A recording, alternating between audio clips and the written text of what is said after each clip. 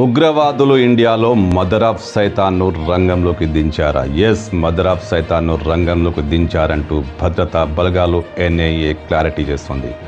Mother of సైతాన్ అనేది ఒక పెద్ద బాంబు కాని బాంబు. అది బాంబులా ఉండదు, కానీ బాంబు కంటే పెద్ద విస్ఫోటనం చేస్తుంది.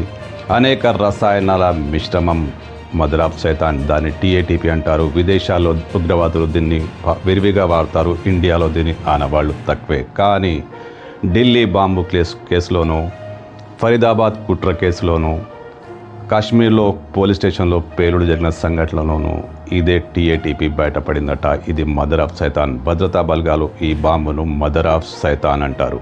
అంటే చాలా ప్రమాదకరమైంది. బాంబులా ఉండదు, కానీ బాంబు కంటే ప్రమాదకరంగా ఉంటుంది. మామూలుగా బాంబు పెళితే అనేక లోహ మిశ్రమాలు బయటపడతాయి. అక్కడ మూలలు కానీ, ఇనుప రేకులు కానీ, ఇనుప బాల్స్ కానీ బయటపడతాయి. మనుషుల శరీరాలను ఛిద్రం చేస్తాయి. కానీ ఈ పేలుడులో అలాంటివి ఏమీ ఉండవు. కనీసం నేల మీద గొయ్యి కూడా ఉండదు. కానీ భారీ విస్ఫోటనం, భారీ మారణహోమం జరుగుతుంది. దీన్నే మదర్ ఆఫ్ సైతాన్ అంటారు. ఇండియాలో అల్లకల్లోలానికి ఉగ్రవాదులు మదర్ ఆఫ్ సైతాన్ను రంగంలోకి దించినట్లు భద్రతా బలగాలు గుర్తించాయి.